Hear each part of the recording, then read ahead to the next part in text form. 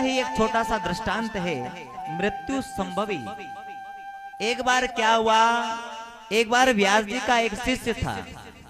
वो शिष्य व्यास जी के पास आया और व्यास जी से कहने लगा, हे गुरुदेव मेरी मृत्यु कब होगी? तो व्यास जी कहने लगे कि बेटा ये प्रश्न मत कर, क्योंकि जो संसार में आता है उसे मरना तो निश्चित है। तू अभी से जानकर क्या करेगा? लेकिन वहां शिष्य मान नहीं रहा है, बार बार हट कर रहा है कि गुरुदेव मुझे बताइए कि मेरी मृत्यु कब होगी।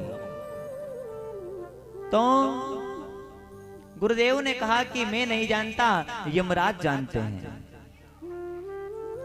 तो क्या हुआ, ये व्यास और दास दोनों के दोनों कहां पहुंचे?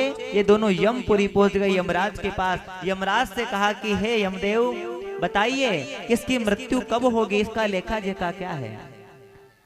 तो धर्मराज जी कहने लगे, यमराज कहने लगे कि ये तो मैं नहीं जानता, हमारे मृत्युदेव जानते हैं। तो व्यास जी ने कहा कि हे यमदेव आप भी हमारे साथ चलिए, अगर आप हमारे साथ चलोगे तो मृत्युदेव आपको पहचान कर सब बता देंगे।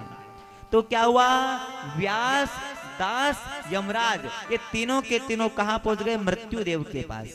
मृत्युदेव से कहा कि हे मृत्युदेव इस मेरे शिष्य की मृत्यु कब होगी? तो मृत्युदेव कहने लगे कि यहाँ तो मैं भी नहीं जानता, यहाँ तो विधाता जानता है किसकी मृत्यु कब होगी। क्योंकि जब तक विधाता का आदेश नहीं होता है तब तक मैं इसके प्राणों को नहीं लेता हूं। तुम्हें विधाता के पास जाना चाहिए, वो विधाता ही तुम्हें बताएगा। तो क्या हुआ, व्यास, दास और धर्मराज, मृत्युदेव ये चारों के चारों कहां पहुंचे? ये चारों को चारों विधाता के पास पहुंचे। विधाता से पूछा, हे विधाता ये जो मेरा शिष्य है ये जानना चाहता है कि इसकी मृत्यु कब होगी, कृपा कर बताइए।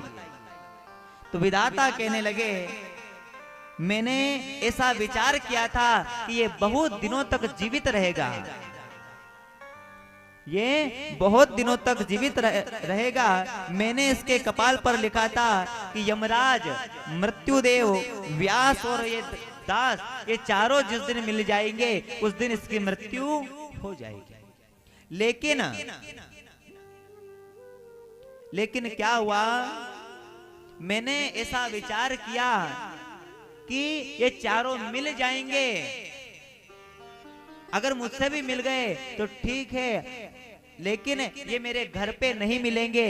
तो क्या हुआ, ये चारों के चारों विधाता के घर आए और विधाता से कहा।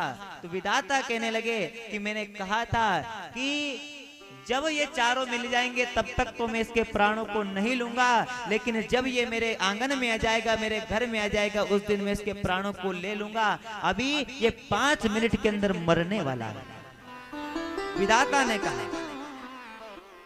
इसलिए ज्यादा जगत में रहने की इच्छा मत रखो, अब इच्छा एक ही रखो कि मुझे भागवत की कथा सुनना है, मुझे सांवरिया सेठ से प्रीति रखनी है और मुझे संसार वालों से कोई प्रीति नहीं रखनी है, क्योंकि बंधु ये संसार जैसा दिखता है वैसा है